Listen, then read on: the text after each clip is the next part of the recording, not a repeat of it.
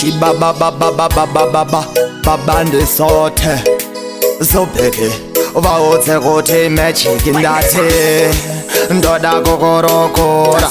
akanya yakandapopora nekuti vakawanda vataura chibababababa chisingapera chinashura ndoda kumba purupura nekuti kana ndasvika nekuti muti chibaba chisingapera chinashura asi muchazokurukura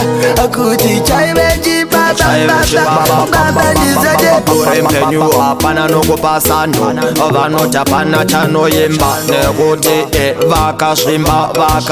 vakasimba wanzwa weka chibaba ndisote itande sote nekuti ukati ukwati handiterere handibate chisingapera chinashura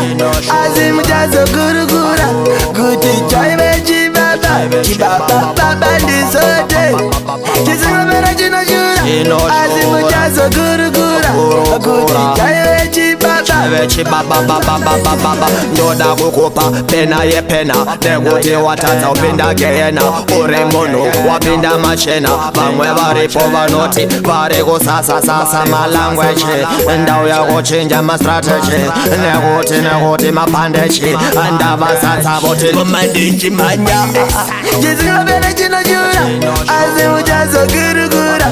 kuti chaive chibaba ndisote ndikati chisingapera chinashura asi muchazokurukura kuti chaive chibaba ndisote atichetamusa vauzetopudira kumosa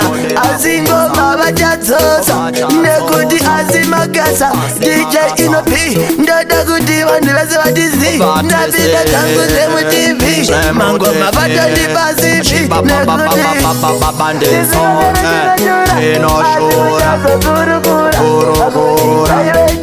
chaive chibaba ndisote inzwai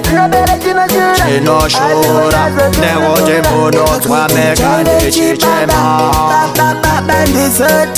ndoda kukupai munyati nekuti zvese zvekarati ndakupai muchazoti achazora darika losheni nekuti inenge congregation tamuka zvedu neekisheni tovabatisa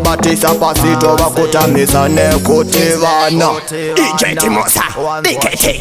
straight from MC Perfect, DJ Masante, Simbisa, Bendesa.